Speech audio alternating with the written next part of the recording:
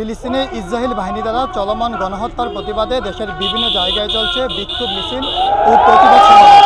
তারই অংশ হিসেবে বাংলাদেশ জামায়াত ইসলামী সারা দেশে একই কর্মসূচি পালন করছে। দর্শক, এই মুহূর্তে আমরা অবস্থান করছি মুরাদনগর আল্লাহ চত্বরে, যেখানে মুরাদনগর জামায়াত ইসলামের পক্ষ থেকে এক বিশাল বিক্ষোভ মিছিল শেষে প্রতিবাদ সমাবেশ চলছে। চলুন দেখে আসি প্রতিবেদনে।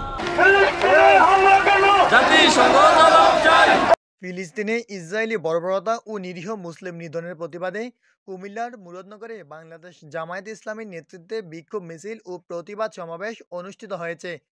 আজ সোমবার জোহর নামাজের পর উপজেলা মসজিদ থেকে শুরু হওয়া এই মিছিলটি মুরাদনগর ডিআর সরকারি স্কুল মাঠ ঘুরে আল্লাহ চত্বরে গিয়ে শেষ হয়। বিক্ষোভ মিছিলে হাজারো মানুষ অংশগ্রহণ করেন। সেখানে জামায়াত ইসলামীর নেতাকর্মী, স্থানীয় জনতা ও বিভিন্ন ইসলামী সংগঠনের সদস্যরা উপস্থিত ছিলেন।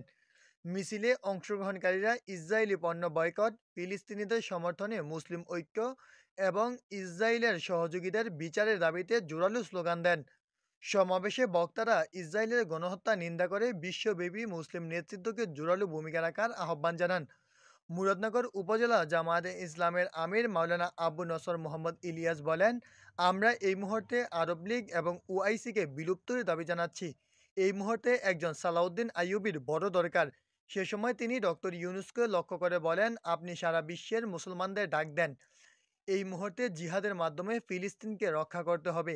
এই মুহূর্তে একজন সালাউদ্দিন আইয়ুবীর বড় দরকার।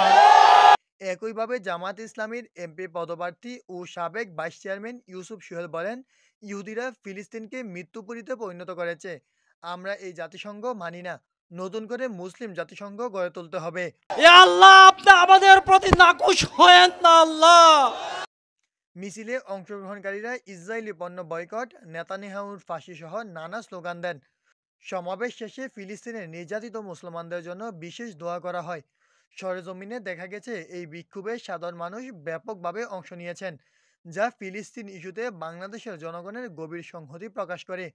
আজকে সারা বিশ্বে মুসলমানরা নিগৃহীত। মাজহারুল ইসলাম নাঈম, বিকল্প টাইমস, মুরাদনগর।